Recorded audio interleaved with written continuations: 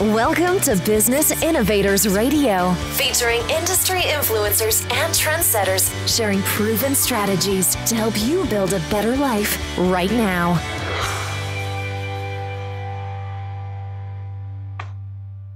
Hi, everyone. This is Tammy Patzer, and I'm really excited because today I have breaking news from Kristen Conti, and she is a realtor and owner at Peacock Premier Properties. She has been a realtor since 1993, and she works side by side with her husband, Dave, and they own and operate Englewood's Peacock Premier Properties. And believe me, she just started this, I think, in 2020, in the pandemic. And from what I can tell, Peacock Premier Properties is probably the preeminent real estate company in Charlotte and Sarasota Counties in the Englewood area, because I pay attention.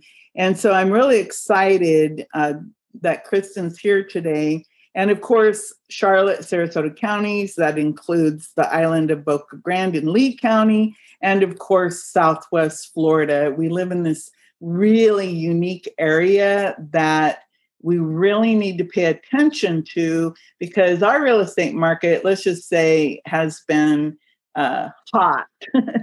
That's a good... Steaming hot.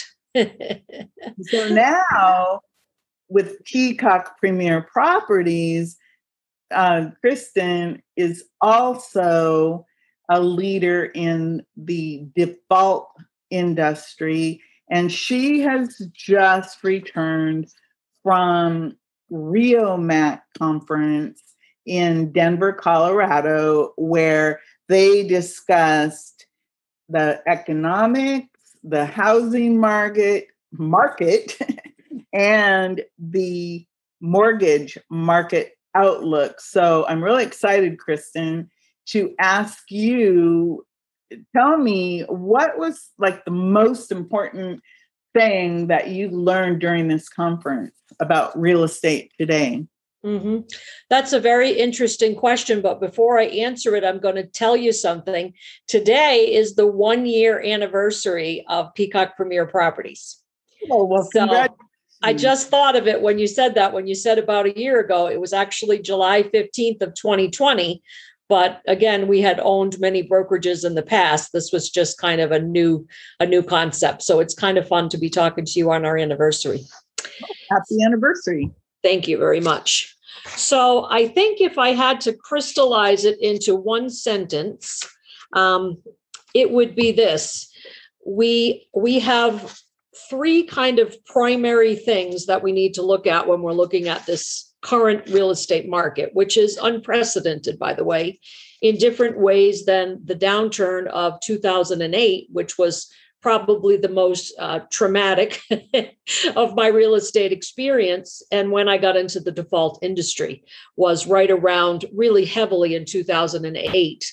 I had started in 2006 and 2007 to move into short sales because I was being approached by people that were underwater and needed help. And a lot of the realtors in town knew that I had done a few, so it doesn't take long to become the expert.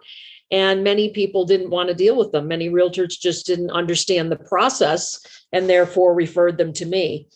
And interestingly, the way I kind of fell into short sales was from the investor standpoint. So my husband and I were heavy real estate investors. We did a lot of fix and flips or fix and holds, put tenants in them. And we wanted to be more knowledgeable ourselves about how to buy property. So we went up to the Westin Hotel in Tampa for a 3-day kind of guerrilla class with fellow investors, which was a really eye-opening experience because most of them did not have a real estate license. So they were not concerned about the well-being of the party they were buying from.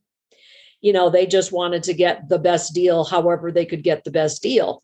So we kind of had to take that knowledge and parlay it into being fair with people and educating people, because under my licensure, I'm here to protect. I'm here to do what's best for the customer.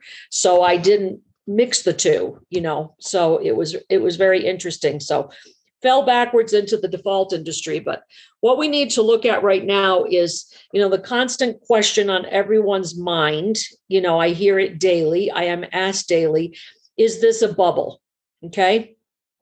So I'm going to answer this by saying, no, I don't think it's a bubble in the sense of the past downturn, which was 2006, 2007, 2008, as I said. And I think the primary reason for that is we do not have the same predatory lending as we did then. There were a lot of things that came out of that time period, one being the Frank-Dodd Act, which put together some rules for lenders that they could no longer, you couldn't just fog a mirror, get a mortgage anymore. You had to really qualify.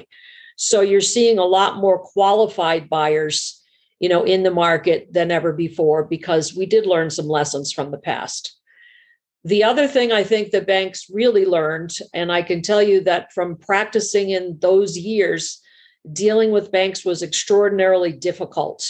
They really didn't have the mechanisms in place to deal with the mass numbers of people that were going into arrears. They didn't have the staffing. They didn't have the compassion.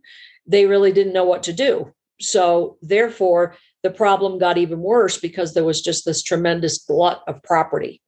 Now they learned from the mistakes of the past, and they have really been doing a lot of outreach.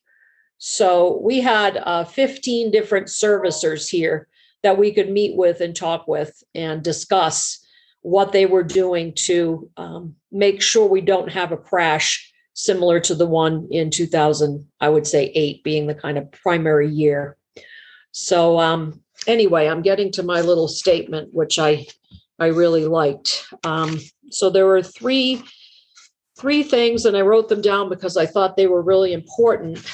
And now let me see if I can get to it. That's what I get for having a lot of things on my mind. I don't want to misquote anything because I know how important this is. About market, it makes a lot of sense.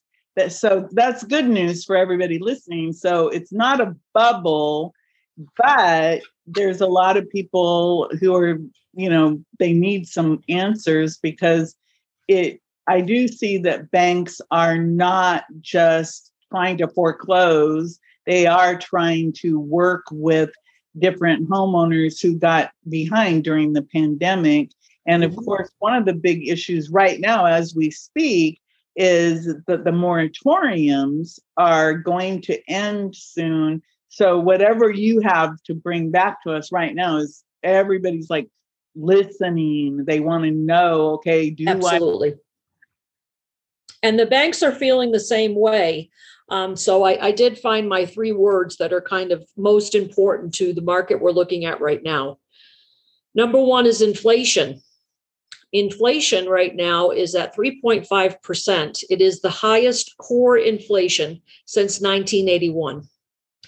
So why that's important is its effect on the marketplace, its effect on the cost of everything, therefore driving wages to places that some small businesses can't afford to exist because they can't afford to pay the wages. And a very interesting statistic that I heard while there was that there are 9.3 million jobs available in the United States right now, yet there are 9.1 people looking for jobs.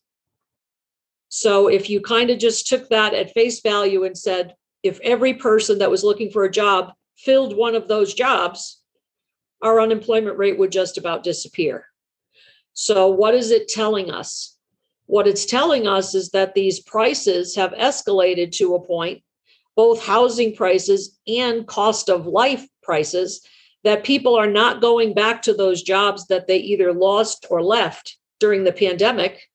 And one particular industry they talked a lot about was the restaurant industry, which we are seeing play out in our own communities. How many restaurants have we seen either close, or they're offering signing bonuses? They're offering bonuses if you come to work every week. They're offering, hourly wages that we've never seen before. I recently heard from a fellow business owner that he lost 3 key employees because they got offered $22 an hour to go to Walmart.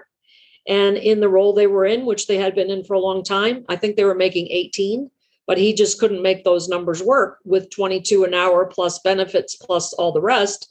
He didn't blame the employees, but he also was in a terrible position because he didn't have any workers anymore. So it's a really deep-rooted problem.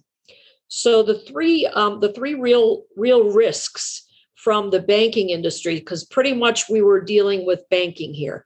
So we had a lot of representatives from the Mortgage Bankers Association, and I called it kind of a true look under the hood of what's happening in the market, because social media and the news does not tell the true story. The true story really happens, in rooms like we were just in. So we have inflation. We have what some consider to be an overreaction to COVID. So what I mean by that is the government was so concerned with making sure that the economy didn't tank that it, in some people's opinion, maybe went a little too far with elongating the eviction and foreclosure moratorium, elongating unemployment. These are just opinions. It doesn't mean right, wrong, or indifferent, but some people feel that that's going to have a impact. And also our burgeoning deficit. So we have gone from 1 trillion a year in spending to 3 trillion a year in spending. So that eventually is going to catch up to itself. The good news in that, or what the overall sentiment of the banks was that it did work, which was a good thing for me to hear, because if we spent all that money and the result was not to keep more people in their homes, that would have been a real problem for me as an American citizen. But I do think the spending needs to come under control. And I do think we have come to the point where it's time to put the moratoriums and lift the moratoriums and lift the evictions, because now we're to that point where the people that are still there probably have not availed themselves to the help that's available in the appropriate way. And we can't just keep letting this go on and on and on, because we can't afford to subsidize people to stay at home and not pay their mortgage payments and not pay their rent. So that was kind of the overall sentiment, is that it worked. But what do we do now to start to put some of that money back into our coffers and to get out of some of this deficit? And the easiest way to do that from the banking standpoint is to raise interest rates. So there's this discussion of tapering interest rates up. For every 1% that we taper up, $300 billion comes back into the government coffers. So you can see that would be tempting if you're looking at a gigantic deficit, that raise the interest rates, you're going to slow down the buying, you're going to bring down the prices, and you're going to put some money back into the government. However, the current administration is very concerned about doing that and creating any kind of panic. And I can tell you from my daily practice that people ask me every day, what's the interest rate? What's the interest rate? What's the interest rate? I'm not a mortgage lender. I have a great mortgage lender partner, Janet Jones, and she keeps me very abreast of what's happening. She works with guaranteed rate, and she keeps me up to date on the interest rates, but I don't quote interest rates because interest rates vary from person to person based on job security, based on credit score, based on how much they're putting down. But I can give people a parameter. So if I tell them today, for example, it's 3%, and at the end of the week, there's some kind of an adjustment to 3.25, people go into a complete panic. Now, I bought my first house in double-digit interest. So to me, this is like free money right now. You could get all the way up to 5, 6, 7% and still be doing pretty well from my standpoint after almost 3 decades in the business. But the people today, the reason they're able, it's all about their buying power, right? Because most people buy in monthly payment unless they're cash. So they say every tick up in interest is that much less house they can buy. And the people are really getting priced out, especially our millennials, that have come of buying age. And I know you have a personal story you might be able to share with everyone about that, Tammy. Yes. Well, my son has saved about $25,000 and he wants to buy his first home. So back in the day, I would have said, hey, go FHA or USDA or something like that. He does have a good credit score because of COVID. He was self-employed, but now he has a real job. He's trying to make sure that he has that steady paycheck so it can show, so it can get qualified. So we were looking, but I can't find any like real houses that are under $200,000. Most of the property available in this area that I found under 200,000 are manufactured homes. So I was actually wondering, well, what is the market going to do? Is it okay that he might not be able to buy anything for maybe another year or so, or is it just going to keep going up, up, up? So pretty soon those little $200,000 2-bedroom, 1-bath homes are now 300,000. And like you said, if the interest rates go up, it would price him out of something because the wages in this area are not the highest. Mm-hmm. So there's a lot of issues for new home buyers out there who are looking to buy their first home. My dad passed away in January in his little house in Oregon, 750 square foot house, 2-bedroom, 1-bath on a tiny, tiny lot, just sold. It went on the market on Thursday, and by Monday it had a contract on it, and it sold for about $5,000 more than the asking price, which was $239. Which, whenever I looked at it, I kind of chuckled because I know when my dad bought it, I have no idea, but I'm pretty sure that he bought it in maybe the 90s. So it was probably maybe no more than $40,000, but I really don't know. I'm just thinking about how tiny that little house was, and how good the realtor photos made it look. Right. Yeah. Most of us that are serious about being listing agents, and that's certainly something my husband and I do a lot of focus on, is our listing side. We always hire professional photographers, videographers. It's really important. And truthfully, today, we don't even need to. I could take a picture of the front of the house and put it in MLS, and it would probably sell with no interior pictures. That's how crazy it's been. But the reason I think it's so important today to use a realtor, because a lot of people would say, well, if that's all I have to do, then let me just stick a sign in the ground and sell my own house. The challenge is the multi-levels of challenge when you're looking at comparing multiple offers. So you have to understand appraisal, you have to understand insurance, you have to understand title work, you have to understand so many pieces that if you're a layperson and you really haven't had the benefit of close to 30 years of experience, I can get out in front of the problems before they even happen. So if I'm looking at 15 different offers, which I have done in this market, I have to look at what is important to the seller. And unfortunately, and I will tell you, I don't like this because I believe everyone should be able to avail themselves of the lower interest rates. But what we're facing here, specifically in our part of Southwest Florida, is the people that are in New York, New Jersey, Western Connecticut, some Massachusetts, but not as much. Chicago, Illinois, and California have been our biggest influx. They are selling their properties for, literally millions of dollars in those areas.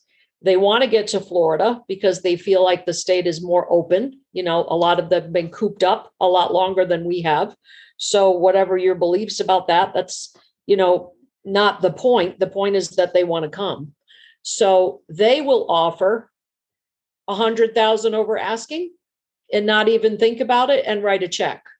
So then you have those of us that are working here, or working, living, serving the community that can't compete with that because they have to get a mortgage because they're hardworking people. And even if they were willing to say, well, I'll go ahead and compete with that cash buyer, the property won't appraise. and most of them don't have the difference to make up the difference. So pretty much if you write any kind of offer that isn't, I hate to say it, but if you write an offer that isn't cash right now, you're going to be fighting. It's like Don Quixote and the windmills. And I'm actually working with a lot of buyers, and I am having to go and do kind of unconventional things, which are talk to builders that may have products that have come back on the market, build those relationships, door knock, call people I know who live in communities and say, do you know anyone who would like to sell for whatever reason right now? And there are people doing that, they want to sell and go back to their families in other parts of the country. So I can't just go to the MLS and think I'm going to compete. And this actually happened to me just before I left. I have a very good friend who is getting remarried, and she and her partner were both, worked all their lives and both in the teaching industry. So both of them have, excellent pensions, but they've decided they want the under 3% interest rates. So we were the first ones in the door to see the property. The seller wanted a price that was, he bought it last year, condo, for $160,000, not even a year ago, October of last year, and he wanted $230,000 for it. I mean, that's a huge increase year over year. And he hadn't really done, he changed a couple of ceilings. It was a nice unit, don't get me wrong, nice people, nice unit, and you can't blame people for wanting to capitalize on the market. But here we go in, and my people are willing to offer asking price. So we actually went $1,000 over asking. And he had furnishings that he wanted to sell to make it more convenient for himself. They didn't even need furnishings, but they offered exactly what he was asking under a separate, bill of sale for the furniture. And they lost the bid to a cash buyer. So, it's very frustrating both to them and to the realtors, because I have to write 10, 12, 15 contracts for a buyer to hopefully get them into something. So I'm going to be quiet a minute and let you interject. Brings up a question okay. So that's now. Yes. So is this the way it's going to always be? Or because in about 2 weeks, the moratorium is going to stop on whatever the foreclosures. Mm-hmm. Rental evictions are going to, I guess, move forward. And actually, there's a couple things there. So will that always be like that? But also, I wanted to ask you if you have any information. They do have in this area in the state of Florida, those programs where the renters could apply for up to 15 months of back rent, and even utilities. But I've been researching this, and I'm a little confused on this issue, because only a tiny fraction of this billions of dollars that have been allocated to help people avoid eviction, to help landlords get paid, have actually been distributed. And I actually was just thinking about that today. Well, let's say somebody applied for the back rent and they haven't gotten it yet, or they applied for the help with the utilities and they haven't gotten it yet. What do you know anything about why is this so slow? And if it will affect, if you've applied for this money that the government says, yeah, you can get this. 2 weeks from now, what happens if that is still pending? Did they talk about it at all? That's an excellent question. So let me start by saying that we are a judicial state, which means our foreclosures and evictions go through a traditional judicial process. In other states, that's not the case. So it moves much faster. Like Texas, for example, is a non-judicial state. So they tend to be able to get people out very quickly. In Florida, it's prolonged, for quite a while.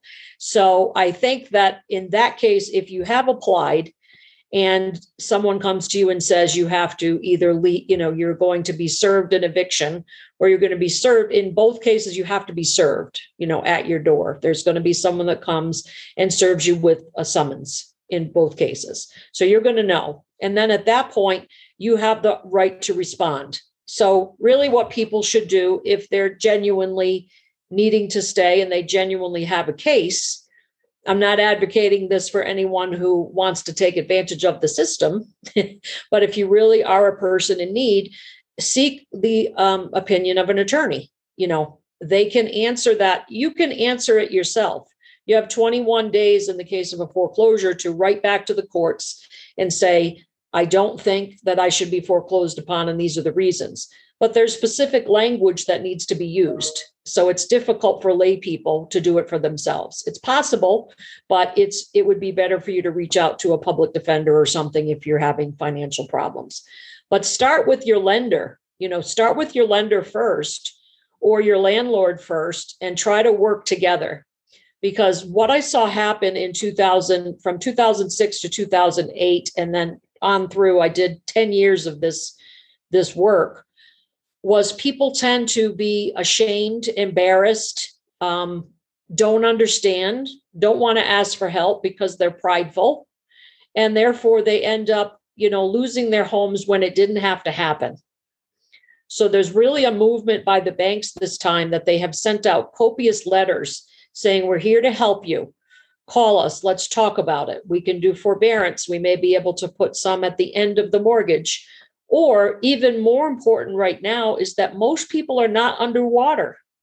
In the last downturn, we had a tremendous drop in property values.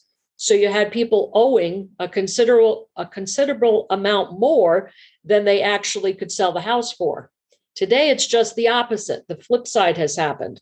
But people don't realize, they think, well, I'm behind, so what options do I have?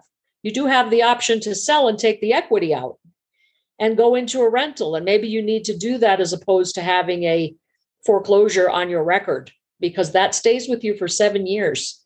That's a long time to carry that weight around.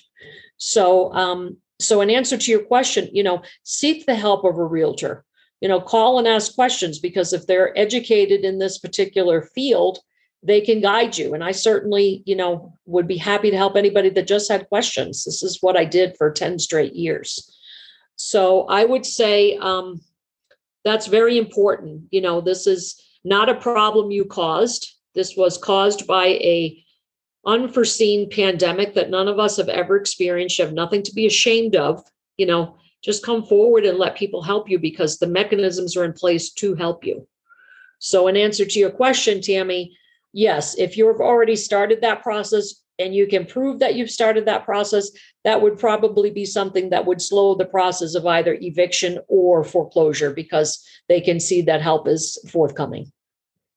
Well, I think what happened is that they came up with all of these programs. Yes. And I don't think the local governments, the cities, the counties, they're like, oops, we have to get prepared for this. Because I know in Sarasota County, the program for to help with the emergent, that's what I kind of laugh, because it's called emergency rental assistance. Yes. But it's a very slow process. It isn't like, yeah, it isn't emergent. It isn't, help immediately. Yeah. But there is a lot of money out there, not only in Sarasota County, but the state of Florida actually, if different communities have ran out of money, the state actually has its own program that you can apply for this rental money.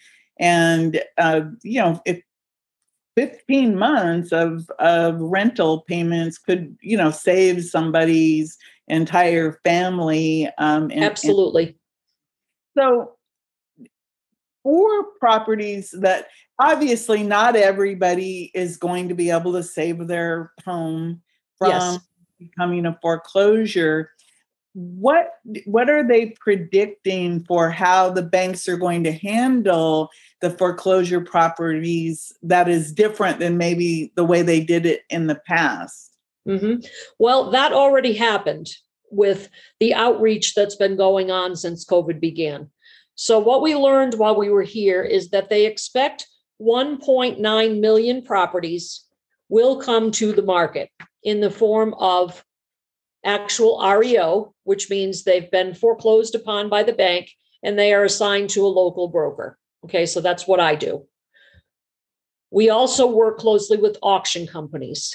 So that seems to be a method of sale that the bank is really liking, because it kind of is the fairest way to determine value in their eyes. We don't love it as brokers because it takes a lot of the control. It takes a lot of the personal interaction between us and the consumer away. But the banks seem to feel like they're getting a pretty decent result with auctions. So they will still hire a real estate broker to manage the process, but the actual sales process will happen on an online platform. So they're expecting 1.9 million will actually make it to REO or auction. So that those properties will come into our world as choices for people. So that's kind of where we start to see the shift of the good news. So we had different bankers here, all with different opinions about when this would happen. And there's rules, again, that the government puts in place as to who you can foreclose upon and how you can foreclose upon them. If the property is vacant, if the property is land, they don't have any, they can move forward immediately. So many of them said they had quite a pent-up supply of properties that met those criteria. About 18% of their portfolios are those properties. So those should be released to the market. Once that starts to happen, they're still going to be priced at market value, but you will see more deals, become possible, because the biggest problem right now is supply. Low supply, high demand. So when you have those two things, it's really straight line economics. That's what's driving this entire market. So the question is, you have now people coming off of unemployment, or, they're running out of unemployment benefits, or now they have to actually show that they're looking for a job, which just changed on May 26th here in Florida. So you're seeing already many people going back to work because you didn't have a requirement to put down what you were doing to search for work. They suspended the work search requirement for up until May 26th. So to me, you have this sort of perfect storm of events that are happening, which are foreclosures coming to the market, people having to go back to work, inflation, overcorrection. So there's all of these factors. And then let's throw in, what's going on the world scale, the atrocities that we're seeing right now in Cuba. That could be the one thing, politically, that if we decide to go in and offer assistance to Cuba because we feel it's the humane thing to do, we may be dealing with Russia. So it's like, it could be one little thing. And that's what the banks kind of kept telling us, was it could be one little thing that sent the market to the other side. And they weren't saying that to create panic, but to me, it's hope. They're anticipating that by the beginning of 2023, they think 2022 and 2023 are still going to be the highest years in terms of what they call loan origination, which means new purchases, people buying, both new construction and resale. However, they do think the supply chain is going to open up. Like, one of the biggest problems right now, they said nationally, 95% of home builders cannot get appliances. So you're starting to see, if I work with this every day, you go into the new home construction, and where they used to offer a full appliance package, now they offer a stove and a microwave, but they don't offer a refrigerator or washer and dryer. And it isn't because they're trying to be mean, it's that they can't get them. So they're leaving that responsibility on the homeowner to work on getting those between now and when the home is complete. So you have all of these crazy factors that if one thing gives, like if inflation continues to go the way it's going, it's going to have an impact on the real estate market. So the economist said it really is going to take us looking at it and saying, is this a transitory event, which means it's a couple months where the government is letting the market run hot. That's the kind of the expression. It's running hot. Are they going to keep letting it run hot until it burns out? Or are they going to taper that by maybe a tick up in the interest rates or something that will slow this craziness down and bring affordability back to normal working people?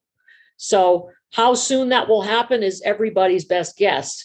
But I can tell you that the banks are hiring more people that can deal with foreclosures, that are special assets managers. They are gearing up, not to great lengths, but they are definitely increasing their staff in that department. So if I want to buy, here's my question, and I bet everybody has the same question. Give it to me, Tammy. I'm ready. I want to buy property in my area, because unless I went and bought something up in Tennessee or something, but say in my area in Florida, what would I have to have? I understand about the cash, but let's say I don't have cash. And you told me you have to write like 15 offers before you can get anything for somebody who doesn't have cash. Mm-hmm. What can I expect?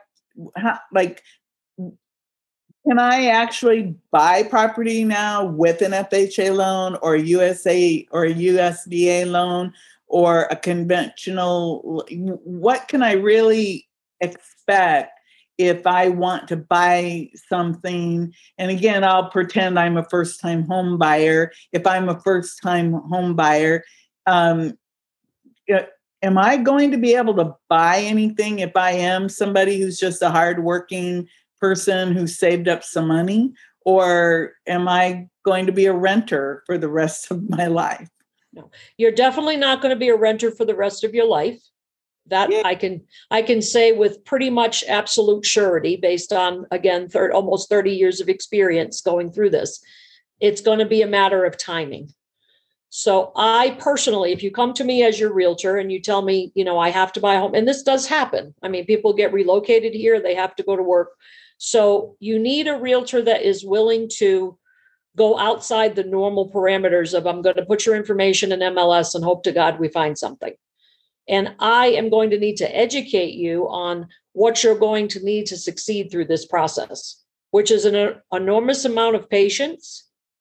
And I'm going to try to educate you and counsel you on not getting emotionally attached to anything, as hard as that is, because that's the first thing, first-time home buyers do is they walk in, they've never owned a home, they picture themselves and their children there, and the next thing you know, they're swept into, and I do it too. I still do it after almost 30 years of practice. I still fall in love with homes, just part of what happens, but I also have learned the importance of calculated risk.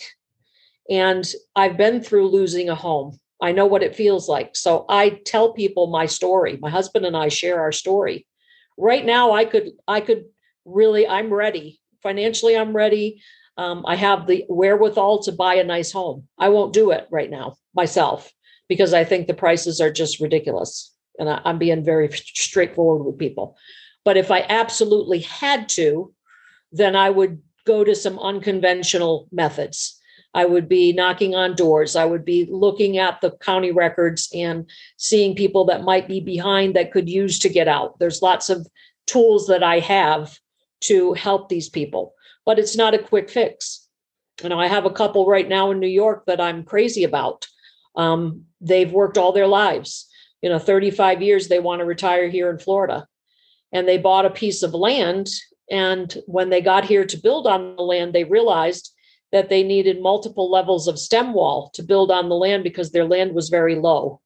And they also learned, I didn't sell them the land, by the way. They also learned that a fire station and a new road was coming through that was going to make their nice private waterfront view very noisy and busy. So they kind of missed the cusp. They just missed out on that. 350 was kind of their top number. They missed out on the ability to do that. And they really want to get here. So I've said to them, trust me when I tell you I will get you here. You just have to stay with me and don't settle for something less than you've worked hard for all your life just because you're desperate to get into a home. They've looked at a couple things online with home builders that unfortunately don't have good reputations. and they're putting up pictures of a pre-construction house, but they don't have any proof they've closed any in town. You know what I mean? It's like, you've never finished anything. You're just selling a bunch of dreams, but we don't see any end products.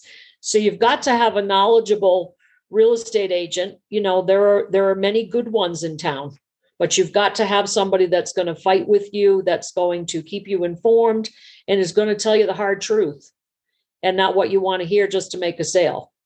Because I consider myself in the relationship business. I'm not in the sales business, That's actually, when you bring that up about it's the personal knowledge about the fact that you've lived here long enough, who's reputable, who's not, where the flood zones are, and all of the different things. So that really is an important factor to bring up about when you work with a realtor, especially. I see it on these groups, the Friendly People of Venice or Inglewood, or, all of the online groups, and people will say, I want to move here. What kind of jobs are there? And they don't want to hear the types of jobs that are available. Exactly. Because when I came here, I came on vacation in 1981 with my mom, and I was like, oh my God, I could go to the beach every single day. I had this fantasy of what it was going to be like. And I moved here, and then I was like, I never thought about the wages wouldn't actually be enough to support the amount of money you have to pay for rent. And so I ended up living with my mom and dad for like 2 years before I could earn enough, and then it took me a while to adjust to the fact that, you have to have a lot of trade-offs, and I didn't end up going to the beach every day.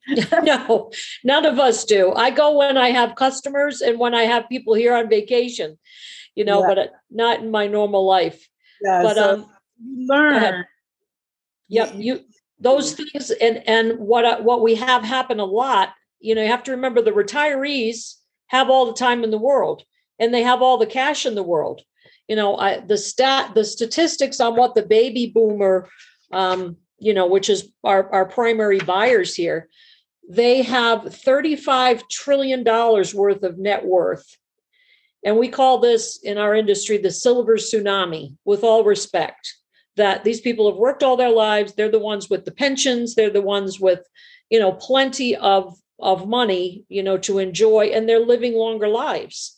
So they come down here and write a check. They're not worried about if they can make their monthly payment.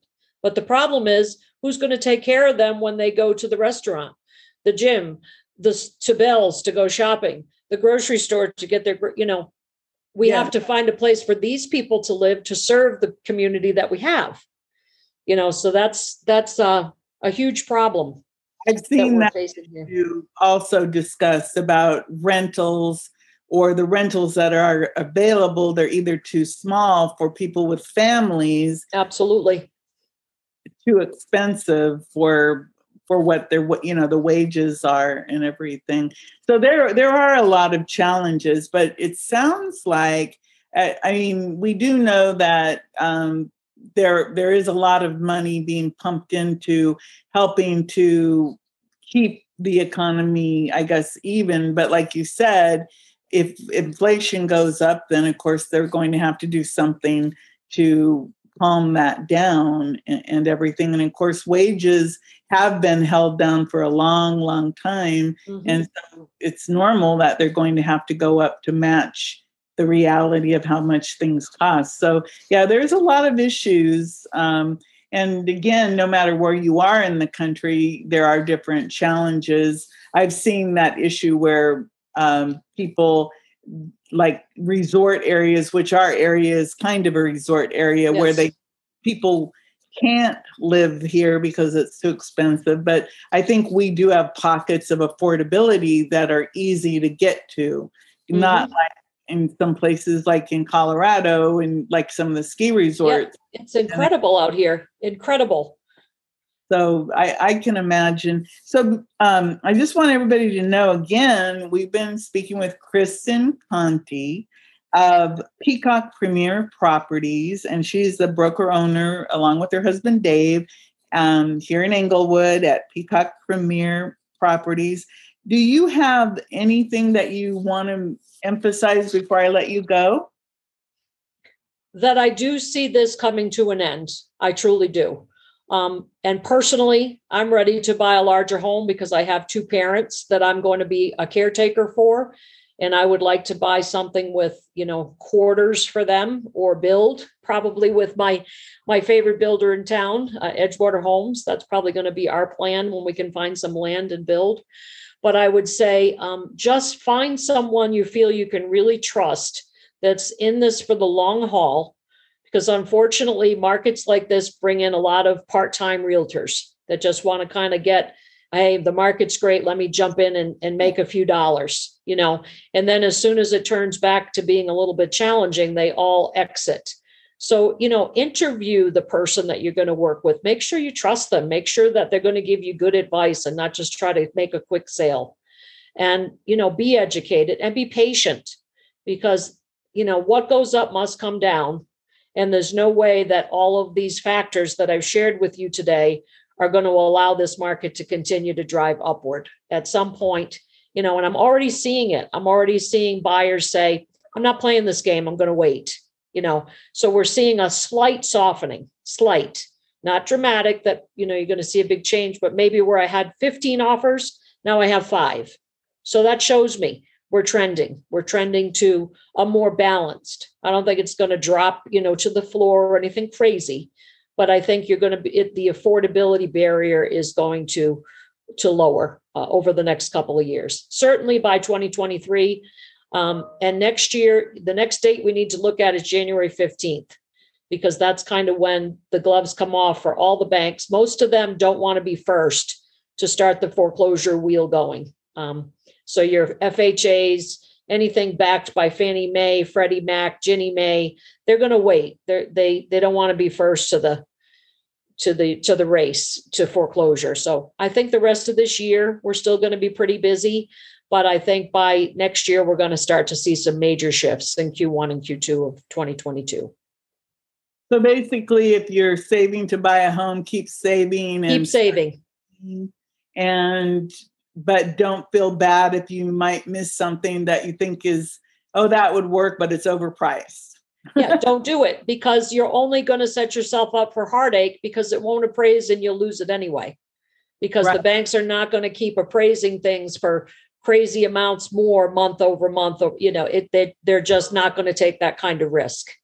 So just be patient, sit back, understand it's going to be a process, but it has never failed me that if a buyer lost something and the worst call I have to make is you were outbid. It's not fun to have to say we didn't get it this time, but it's like, we're going to get back in the ring. And every time what we've ended up with has been better than what they lost. So I always encourage people by saying that. Yes, I think that is true, that normally there is always something better because like I noticed, just like in watching my dad's little house on the market, I was going, it's a cute little house. And then it sold. And then I saw some other houses come on the market and I said, whoa, that's a cute little house. So yeah, different things come on the market all the time. Absolutely. So, again, everyone, Peacock Premier Properties, Kristen Conti. And you can look at her website at Peacock Premier Properties. She's on Facebook. And on Facebook, it's Realty Englewood is the Facebook name. Yeah, I kind of have multiple, but Kristen Conti or Peacock Premier Properties or Team Conti. I'm not hard to find. All they have to do is go down the Chamber of Commerce and somebody will tell them where I am. And speaking of that, I'm actually going to be at the Chamber of Commerce Lunch and Learn in July 22nd. And I'm actually teaching about how to create and do podcasting for local businesses. So that should be fun. And so this is a perfect example about how a local business can use podcasting. And so with that, again, anything else, Kristen, before I let you go? I want to give you I will be there to support you on the 22nd so you can use me as an example of podcasting. Hey, sounds good. I can even take some screenshots here to show that. And the beautiful thing is, again, with podcasting, it can be video or it can just be audio. And podcasting, I think, is a very good way to get the message out. So thank you again for coming today, Kristen. I really appreciate it. Everyone, again, we've been speaking with Kristen Conti, broker owner at Peacock Premier Properties in Inglewood, Florida. And again, Inglewood, Florida they used to say that it was a hidden gem. Oh, yes. Best kept secret. Secret. Not anymore. The cat's out of the bag. Okay. So have a great day, Tammy. Thank you. So make it a beautiful day. I sure will. Thanks for listening to Business Innovators Radio. To hear all episodes featuring leading industry influencers and trendsetters, visit us online at businessinnovatorsradio.com today.